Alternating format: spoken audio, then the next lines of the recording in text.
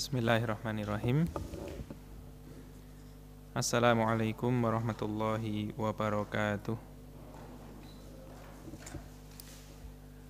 Innal hamdalillah nahmaduhu wa nasta'inuhu wa nastaghfiruh wa na'udzu billahi min syururi anfusina wa min sayyiati a'malina may yahdihillahu fala mudhillalah wa may yudlil fala hadiyalah. Asyhadu an la ilaha illallah wahdahu la syarikalah wa asyhadu anna Muhammadan abduhu wa rasuluh. Allahumma shalli ala Muhammad wa ala ali Muhammad amma ba'du. Fa ya ibadallah usikum wa nafsi bi taqwallahi faqad fazal muttaqun.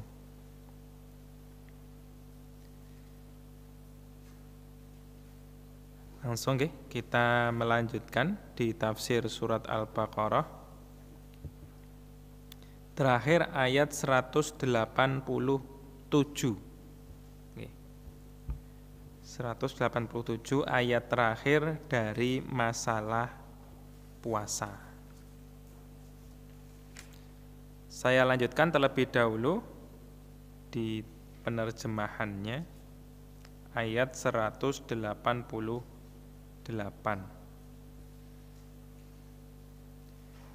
A'udzu billahi minasyaitonir rajim. Wala ta'kulu, dan janganlah kalian makan amwalakum, harta-harta kalian, bainakum, di antara kalian, bil batili, dengan batil, wa tudlu biha, dan kalian membawa dengannya. Ada yang menerjemahkan menyogok dengannya, dengan harta tadi, ilal hukami, kepada hakim-hakim. Ada pengambil-pengambil keputusan. Litakulu, supaya kalian makan, farikon, sebagian, min amwalin nasi, dari harta-harta manusia, harta-harta orang, bil ismi, dengan dosa. Wa antum, dan kalian, ta'lamuna, mengetahui. Artinya mengetahui bahwa hal itu salah, tahu bahwa harta itu bukan haknya. Yas'alunaka, mereka menanyaimu wahai Muhammad, anil ahillati, dari hilal-hilal, dari bulan bulan tanggal 1. Kul, katakanlah, dia hilal itu, mawaqitulin nasi, waktu-waktu untuk manusia. Artinya penanda waktu, hal yang menunjukkan waktu untuk manusia. Wal haji, dan ibadah haji. Walaisal biru, dan tidaklah kebaikan itu, bi an ta'tu, dengan bahwasanya kalian mendatangi, al buyuta, rumah-rumah, min duhuriha, dari punggungnya, atau bisa juga diterjemahkan dari belakangnya.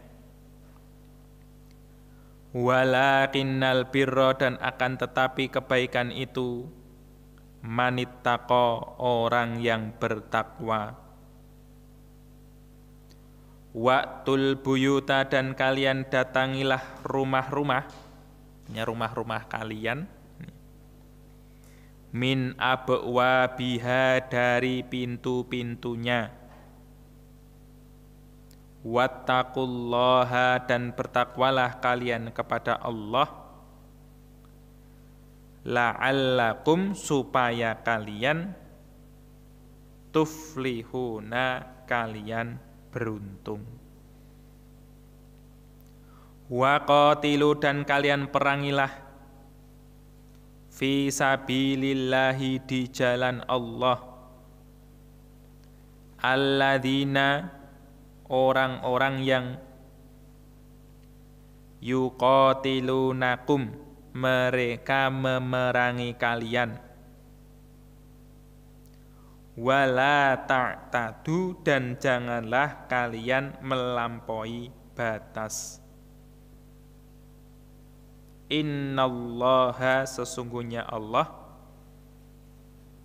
la yuhibbu dia tidak mencintai al-mu'tadina orang-orang yang melampaui batas. Nggih, 3 ayat dulu, nanti kalau ada waktu kita lanjut di ayat selanjutnya. Kembali ke ayat 188. Ketika Allah Subhanahu wa taala di ayat-ayat sebelumnya menjelaskan tentang keharaman makan pada waktu-waktu tertentu. Jadi di saat puasa haram gitu ya, untuk makan mulai dari subuh gitu ya, terbitnya fajar sampai tenggelamnya matahari atau waktu maghrib. Itu tidak boleh. Ini ya, haram hukumnya. Nah, selain ada waktu yang diharamkan oleh Allah kepada kita untuk makan, Allah juga mengharamkan makanan yang kita dapatkan dengan cara yang tidak benar. Maka para ulama mereka menjelaskan, kok bahas puasa, kok membahas tentang sogok menyogok. Habis membahas tentang puasa, kok membahas tentang mengambil harta orang lain dengan batil. Maka terkaitannya seperti itu.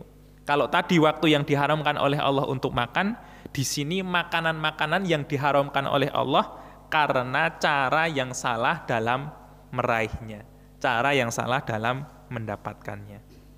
Maka Allah Subhanahu wa taala berfirman, "Wala ta'kulu amwalakum bainakum bil batil." Dan janganlah kalian memakan harta-harta kalian di antara kalian dengan cara yang batil. Di sini ada satu garis bawah ngaten nggih, bahwa Allah Subhanahu wa taala menjelaskan bahwa kedudukan harta saudara seiman kita, harta saudara kita itu sama dengan harta kita. Bahasanya kan amwalakum, harta-harta kalian. Padahal gini tonggone, misalnya gitu ya. Padahal punya temannya, padahal punya saudaranya atau punya siapa gitu ya. Bukan miliknya sendiri, tapi Allah bahasakan bahwa harta itu adalah harta kalian. Artinya apa? Kalian memperlakukan harta tersebut seakan-akan itu harta kalian sendiri. Artinya kalau dengan harta kalian emoh dicuri, ya jangan mencuri. Harta kalian emoh diambil secara paksa, ya jangan diambil secara paksa. Tidak mau dirampok, ya jangan merampok milik orang lain. Karena kalau dalam hadis lain Rasulullah SAW menjelaskan al-muslimu ahul muslim, gitu ya. Seorang muslim itu saudara muslim yang lain. Al-muslimu kal jasadil wahid atau kal bunyanil wahid, gitu ya. Muslim itu dengan saudaranya yang lain seperti satu bagian tubuh atau seperti satu bagian bangunan. Gitu ya.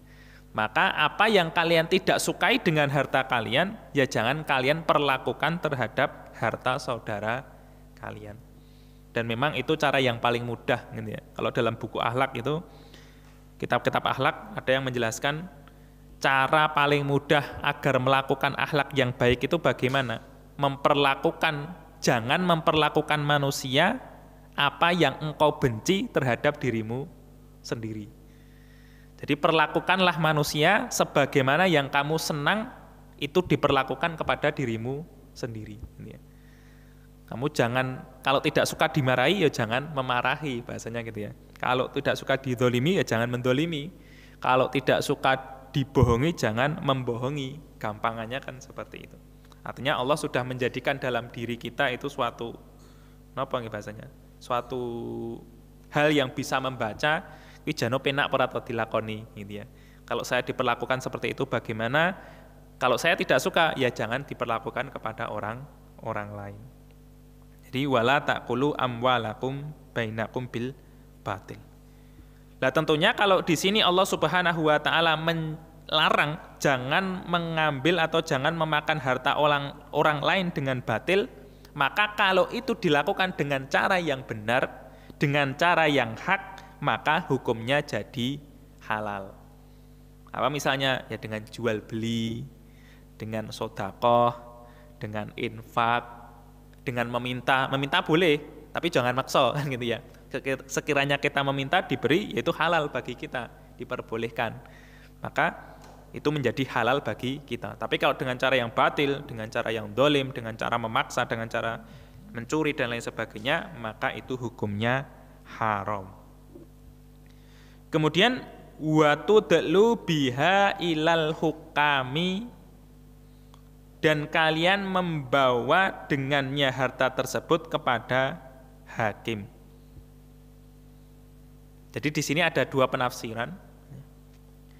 Penafsiran pertama digambarkan oleh ulama bahwa secara umum kalau orang itu berselisih ketika tidak ditemui jalan keluar, maka akan dibawa kepada pengadilan. Secara umum kan seperti itu. Nah, dalam hukum Islam, ketika dua orang berselisih tentang harta, secara dasar pemilik harta itu adalah yang memegangnya.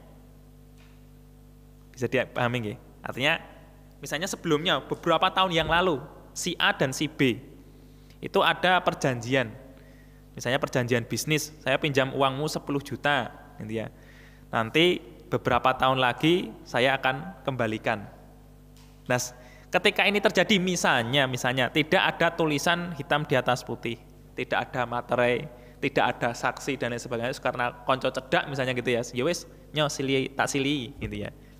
Setelah beberapa tahun yang punya si B itu nagih, dulu kamu pernah meminjam saya 10 juta atau saya sekarang butuh kembalikan. Dan si A tidak mau misalnya gitu, berselisih. Gitu ya. Momen dhisik tak eling-elingan to. Terus pokoknya aku ra kelingan dan lain sebagainya misalnya. Kemudian dibawa kepada pengadilan. Nah, pengadilan tentu menghukumi bahwa si pemilik harta itu adalah orang yang memegang. Bahasanya kan seperti itu. Kalau dalam bahasa hukum Indonesia mungkin asas praduga tidak bersalah.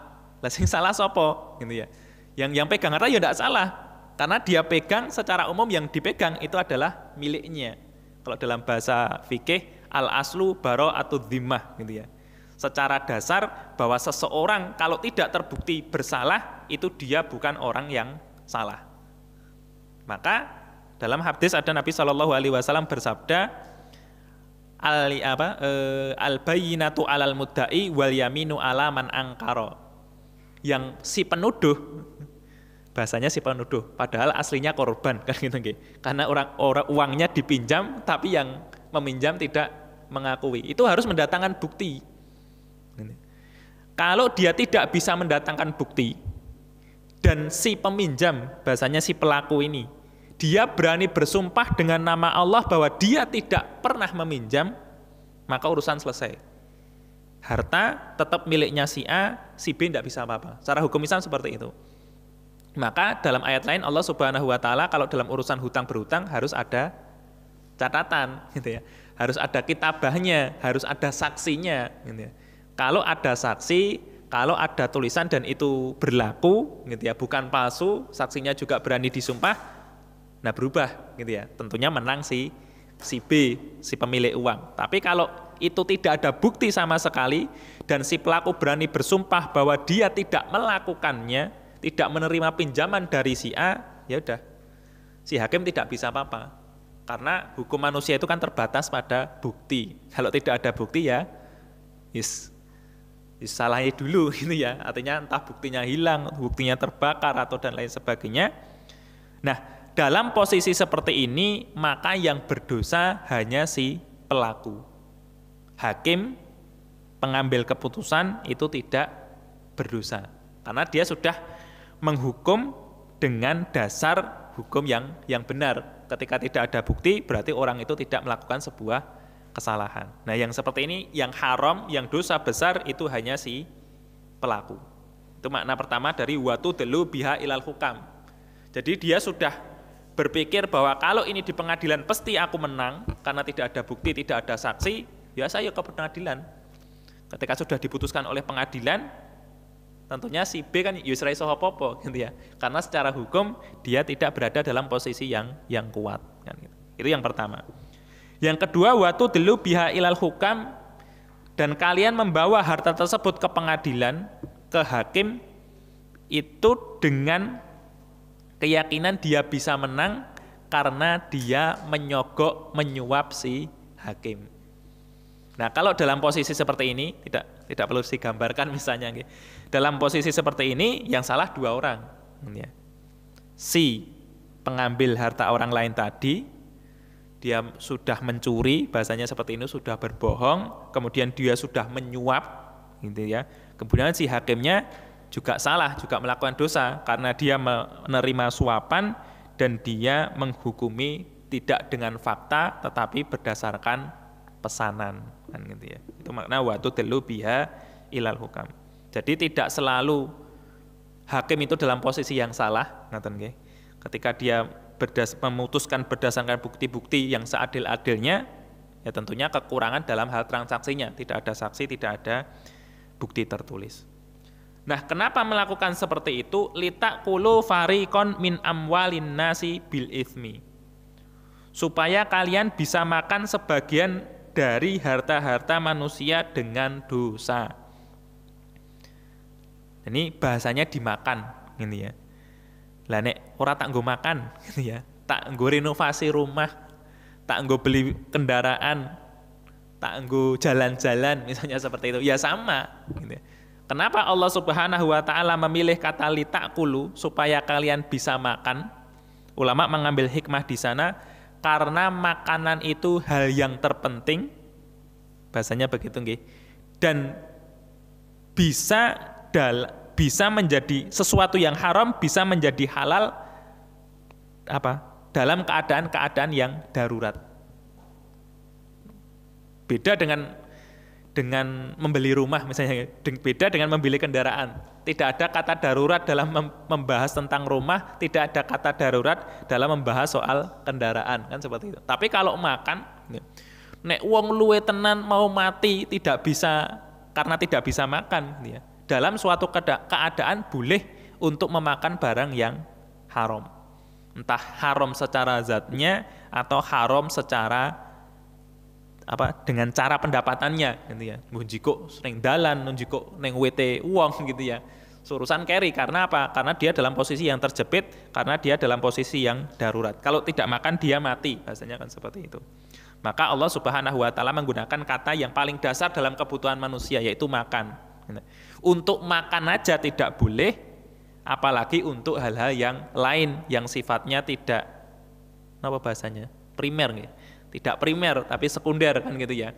Dalam masalah renovasi rumah misalnya, dalam masalah kendaraan, dalam masalah jalan-jalan, pakaian dan lain sebagainya, maka tentunya lebih tidak boleh lagi, gitu ya. Litakulu fariqon min amwalin nasi bil ilmi wa antum ta'lamun, sedangkan kalian mengetahui. Jadi pembahasan tentang barang yang haram kita makan dari cara mendapatkannya. Mungkin uangnya ya podo karo uang liyane, gitu ya, sama lusuhnya, sama jeleknya atau sama baiknya, nilainya juga sama, tetapi karena cara yang salah dalam mendapatkan, maka hukumnya jadi haram. Kita lanjutkan di ayat 189. Yas'alunaka 'anil ahillah. Mereka bertanya kepadamu wahai Muhammad tentang hilal-hilal. Ini yang bertanya adalah para sahabat Nabi sallallahu alaihi wasallam. Jadi apa toh perlunya Allah Subhanahu wa taala membikin ya adanya hilal, gitu ya. Bulan gor ketok sedilit tok, bahasanya kan gitu ya. Paling cuma 8 menit. 8 menit itu di dalam hisapnya, dan wallahu alam katanya orang-orang yang melihat itu kan cuma bisa terlihat beberapa detik, gitu ya. Walaupun secara perhitungan akan terlihat 12 menit, akan terlihat 15 menit, tapi kurma kelebet gitu. Kadang-kadang bahkan sampai tidak terlihat. Maka mereka bertanya kepada Nabi, kenapa toh Nabi kok dadak enek hilal gitu ya? Kenapa harus ada hilal? Nah, apa kaitannya dengan ayat-ayat sebelumnya? Ulama menjelaskan ya tentunya kaitannya terutama dengan bab puasa. Bahwa ketika berpuasa Rasulullah Shallallahu Alaihi Wasallam bersabda sumu li ru'yatihi wa aftiru li ru'yatihi gitu ya. Bahwa kalian berpuasa karena melihat hilal Ramadan, kalian selesai puasa karena melihat hilalnya Syawal gitu ya. Maka di sini membahas tentang apa fungsi dari hilal. Qul katakanlah wahai Muhammad, hiya mawaqitu linnasi. Hilal itu sebagai penanda waktu untuk manusia. Secara diniyah, secara agama maupun duniawiyah, secara dunia. Mau tidak mau harus kita harus kita pahami, harus kita terima bahwa penanggalan Hijriyah itu sangat lebih mudah daripada penanggalan Masehi. Kita dalam kalender Hijriyah, tanggal 1-nya kan mesti. Nek hilal sakmono tinggine berarti itu tanggal 1. Kalau bulan berada kalau dalam bahasanya astronomi yang cerita ke saya, kalau bulan itu berada 90 derajat di atas kita pada setengah malam itu berarti tanggal 15. Gampangnya seperti itu sudah pasti. Lah kita ini tanggal misalnya ini tanggal pinten nih? 18 Mei. Lah bukti ini apa? Itu kan tidak sembarang orang bisa. Oh, matahari karena posisinya begini. Kan posisinya ya perubahan itu sangat lambat kan. Kita tidak bisa meyakini oh ini 1 Mei, ini 1 Februari, oh ini 1 Desember. Tidak mudah cara untuk menentukan posisi matahari yang menjadi dasar kalender Samsiah dalam bahasa Arabnya, kalender Masehi kan seperti itu. Tapi kalau itu kalender Komariah berdasarkan dengan bulan, gampang, banyak gitu. Kita cek gitu ya. Ini tanggal berapa itu dengan posisi bulan lebih mudah karena pergeseran bulan itu berlaku sangat cepat. 1 bulan enek hilal meneh, 1 bulan enek hilal meneh, 1 bulan enek hilal meneh. Tapi kalau Samsiah kan di posisi yang sama, matahari itu memerlukan waktu setahun dalam perjalanannya. Maka secara dasar sebenarnya gitu ya, kita menggunakan kalender Komariah itu lebih mudah daripada kalender Samsiah. Maka untuk menunjukkan misalnya kalau dalam hukum Islam adanya iddah bagi perempuan, adanya ya tadi puasa, adanya haul misalnya gitu ya. Haul itu harta yang wajib, harta yang dimiliki selama 1 tahun gitu yang kemudian wajib dizakati. Itu kan perhitungannya perhitungan kalender Komariah, bukan kalender Samsiah. Sebenarnya lebih mudah. Ya tapi karena ya kalah pengaruh antara kalender Samsiah dengan kalender Komariah terutama di negara kita, ya otomatis kita terpaksa ya paling tidak menghafalkan 2 tanggal gitu ya.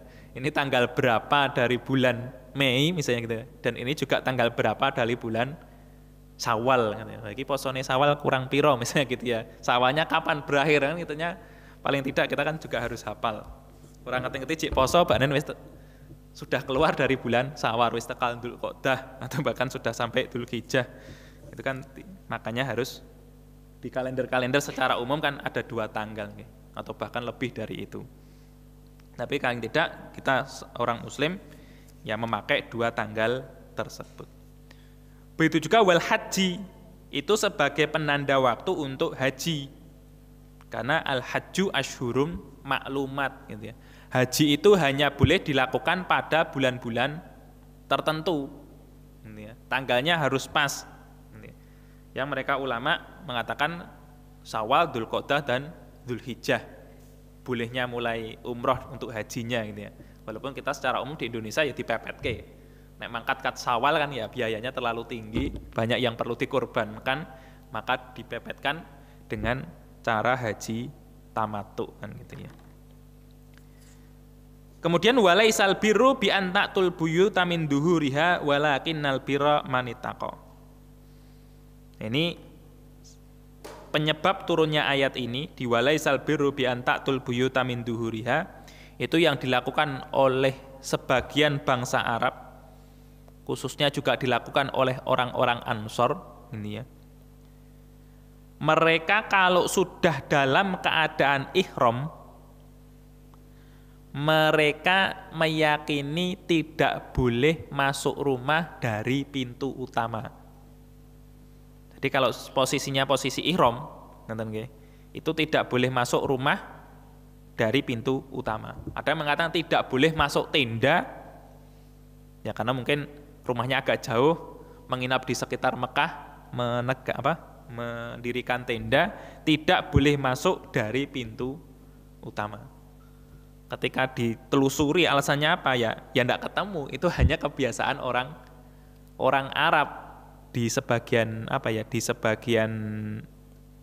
sebagian kabilah gitu ya, di sebagian daerah memang mempunyai kebiasaan seperti itu yang mereka yakini bahwa itu adalah kebaikan. Nah, jenenge ihram ya ora mlebu mas saka pintune, tapi dari belakang atau lompat dari gendeng, dari dak gitu, dari atas gitu ya.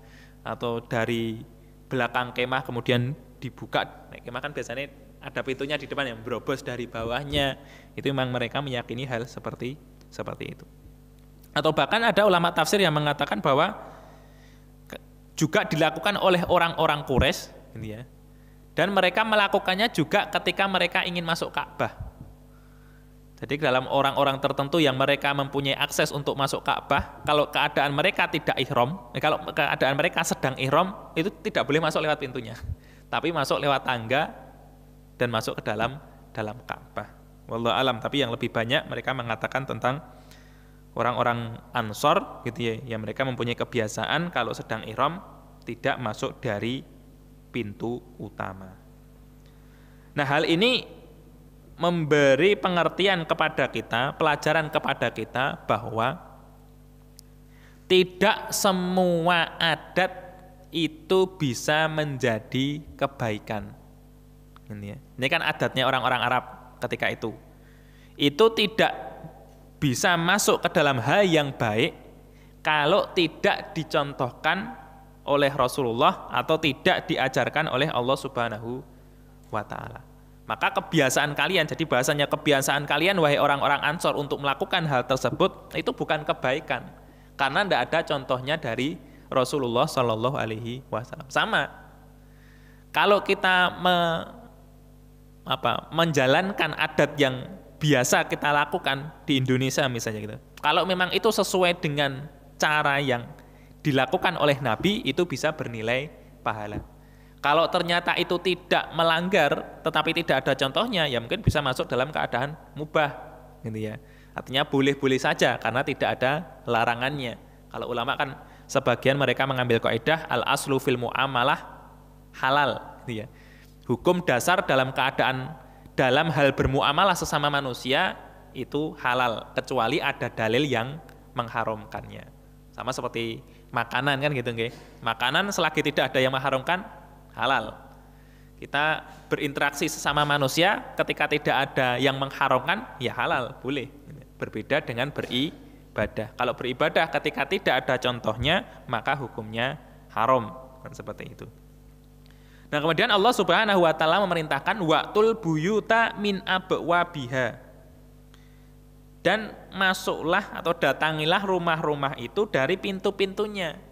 Jadi kalau kalian, pelajarannya nggih, kalau kalian menginginkan sesuatu itu lakukanlah dengan cara yang wajar. Lakukanlah dengan cara yang umum. Maka ulama mereka mencontohkan, misalnya kalau kita ingin belajar Al-Qur'an, paham Al-Qur'an, yo sinau gitu ya. Jangan seperti yang dilakukan oleh sebagian orang, misalnya saya pernah dengar cerita ngoten nggih. Al-Qur'an cilik gitu ya, cetakan yang paling kecil, mungkin dibaca tidak bisa, kemudian dibakar, kemudian serbuknya dimasukkan ke dalam air, kemudian diminum. Kenapa? Ben terlindungi gitu ya dengan Al-Qur'an yang saya minum. Ya itu kan tidak wajar gitu ya. Pingin kaya misalnya dengan apa? Dengan jalan pintas, yang lain kaya dengan bekerja, memeras keringat gitu ya. Berangkat pagi, pulang sore. Yang ini pingin kaya datang ke dukun, misalnya gitu. Pengen kaya, melakukan hal-hal yang jelek, itu tidak baik.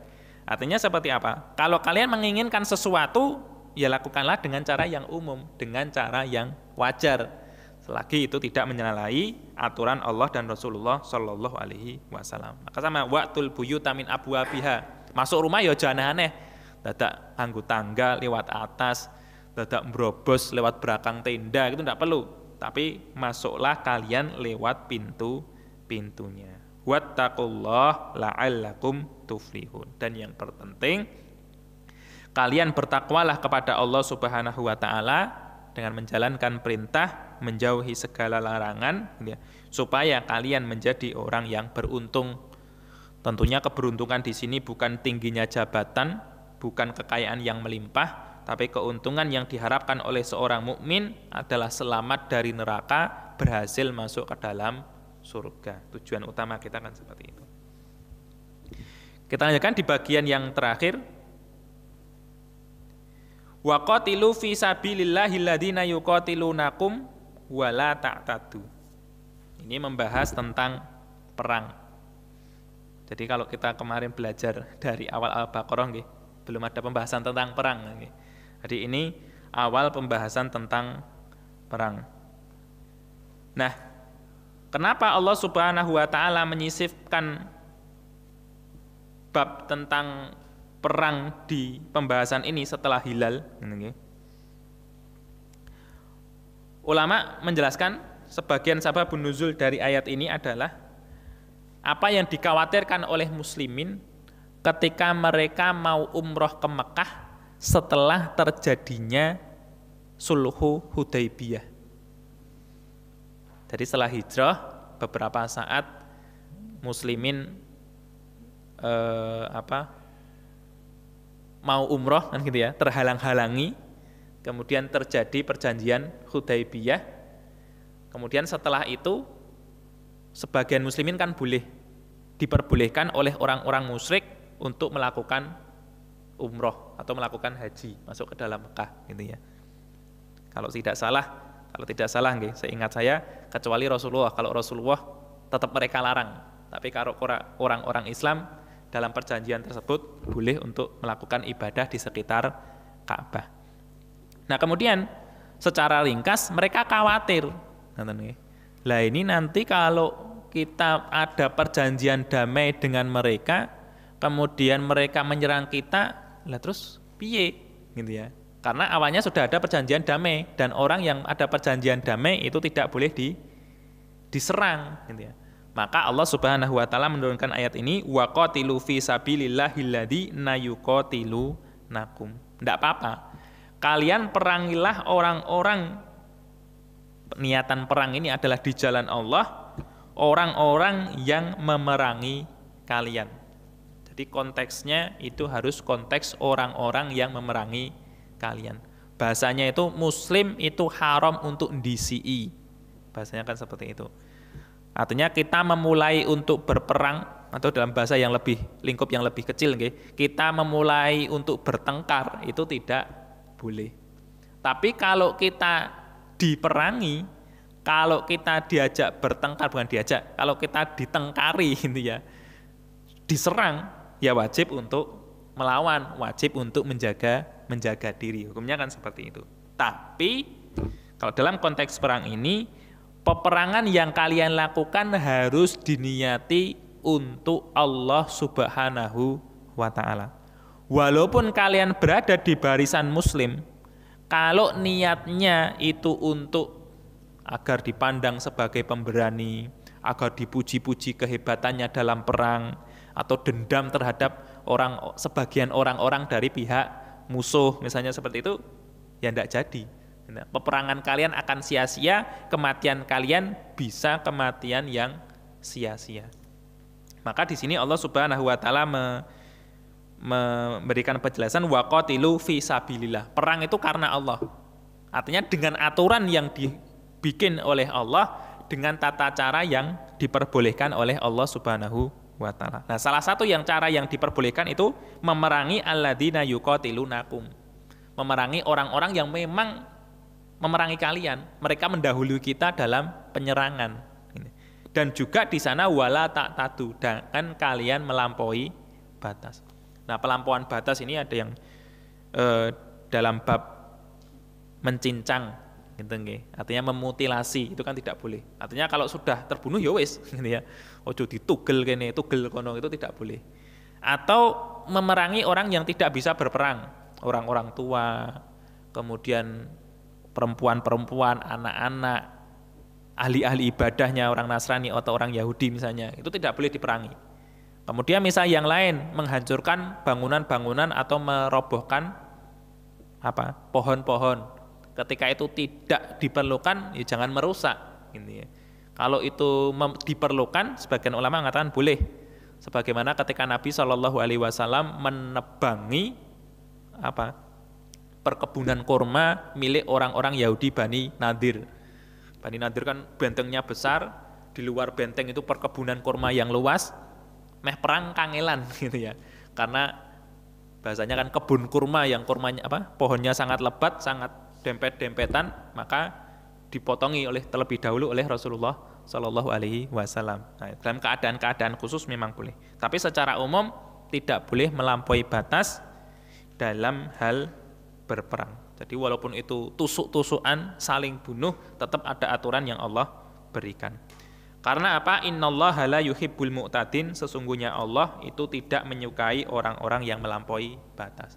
Ketidaksukaan Allah itu terwujud dalam apa? Artinya Allah tidak memberikan kepada dia kebaikan, Allah tidak memberikan kepada dia pahala. Ketika orang sudah melampaui batas, ya sudah, Allah tidak akan memberikan kebaikan bagi dia, Allah tidak akan memberikan pahala kepada dia. Muslimin rahimakumullah. Masih berapa menit nih? 2 menit nih. Para ulama mereka menjelaskan tambahan nih, bahwa perlakuan kita kepada orang muslim, kepada non muslim, kepada orang selain Islam itu tentunya ada 2 nih. Yang pertama, kita boleh memerangi mereka. Yang kedua, kita tidak boleh memerangi mereka. Artinya tidak semua orang kafir itu boleh diperangi. Yang boleh diperangi itu cuma satu bagian, yang disebut sebagai kafir harbi. Orang kafir yang memang menyerang orang Islam. Yang tidak boleh diperangi itu ada 3. Pertama adalah kafir dhimmi, orang kafir yang hidup dalam wilayah Islam. Mereka mau membayar jizyah, bahasa kita gitu ya, bahasa Islamnya, mereka mau membayar pajak, mungkin gampangnya seperti itu, maka mereka haram untuk diganggu. Diganggu aja haram, apalagi sampai dibunuh, apalagi sampai diperangi. Yang kedua adalah kafir mu'ahad, orang kafir yang mengadakan perjanjian antara mereka dan orang Islam, seperti yang terjadi pada sulhu Hudaybiyah, pada perdamaian Hudaybiyah. Jadi mungkin sebelumnya berperang, saya damai beberapa tahun misalnya gitu. Kalau dalam perjanjian Hudaybiyah itu kan 10 tahun gitu. Ya selama itu tidak boleh, pihak muslim tidak boleh memerangi orang kafir juga tidak boleh memerangi orang Islam. Kecuali kalau mereka dulu yang merusak perjanjian, itu urusannya lain. Ya, seperti juga yang nanti terjadi di perjanjian Hudaybiyah. Itu yang kedua. Jadi orang kafir yang ada perjanjian damai dengan orang Islam. Yang ketiga adalah kafir mustakman, orang kafir yang meminta perlindungan kepada orang Islam. Minta perlindungan bisa karena perdagangan, misalnya gitu. Mau masuk wilayah Islam, ada syarat-syaratnya gini. Kalau ada syaratnya gini dipenuhi, mereka dapat izin, kemudian boleh melakukan transaksi di kalangan muslimin, misalnya seperti itu. Nah, kalau orang-orang yang sudah ada seperti itu, sudah minta perlindungan dan dilindungi oleh orang-orang Islam, walaupun hanya 1 orang, dalam bahasa syariatnya seperti itu, maka tidak boleh diganggu oleh orang lain. Maka sebagian orang kan mengatakan, nah keadaan kita di Indonesia bagaimana? Keadaan kita ya, ada yang mengatakan ya mu'ahad, biasanya kan seperti itu. Tidak ada janji, tidak ada peperangan kita dengan mereka, gitu ya. Kita ya sama-sama walaupun tidak secara lisan, sama-sama menjaga kedamaian, sama-sama menjaga kestabilan bermasyarakat, ya sudah, kita tidak boleh untuk mengganggu mereka. Tapi kalau sudah ada yang memulai, mungkin di wilayah-wilayah Indonesia di beberapa tahun yang lalu seperti Ambon misalnya seperti itu, ya maka hukumnya jadi berubah. Artinya apa? Kadang-kadang kan orang ketika membahas ayat-ayat tentang perang kan rodok, wah ini perang ini, gitu ya. Wah ini bahas tentang perang ini. Karena sebenarnya ya memang perang itu kan diperlukan untuk menjaga diri. Artinya kita dalam menjaga diri itu diperintah oleh Allah, ada apa istilahnya? Ada syariatnya, ada aturannya. Kalau dilakukan secara benar bisa mendapatkan pahala yang banyak. Tapi sebaliknya kalau itu dilakukan dengan cara yang salah, ya sebuah dosa, sebuah kekeliruan yang haram untuk dilakukan. Maka dari 4 kelompok orang kafir yang boleh diperangi itu cuman 1. Yang 3 itu harus dijaga agar tidak kita mendahului mereka dalam melakukan sebuah kejahatan atau sebuah perkelahian. Ini sedikit yang bisa saya sampaikan di waktu ini. Nanti mungkin di ayat-ayat yang selanjutnya sampai ayat 195 nanti membahas tentang beberapa kaidah yang diperintahkan oleh Allah dalam masalah perang. Siapa saja yang boleh diperangi, siapa yang tidak boleh diperangi, perang itu gen opo gitu ya. Sehingga dalam melakukan suatu perbuatan itu memang berdasarkan perintah Allah, tidak sesuai dengan hawa nafsu manusia. Bila mungkin cukup yang saya sampaikan. Faqulu qali hadza astaghfirullahi wa lakum walhamdulillahirabbil alamin. Subhanakallahumma wa bihamdika asyhadu an la ilaha illa anta astaghfiruka wa atubu ilaik.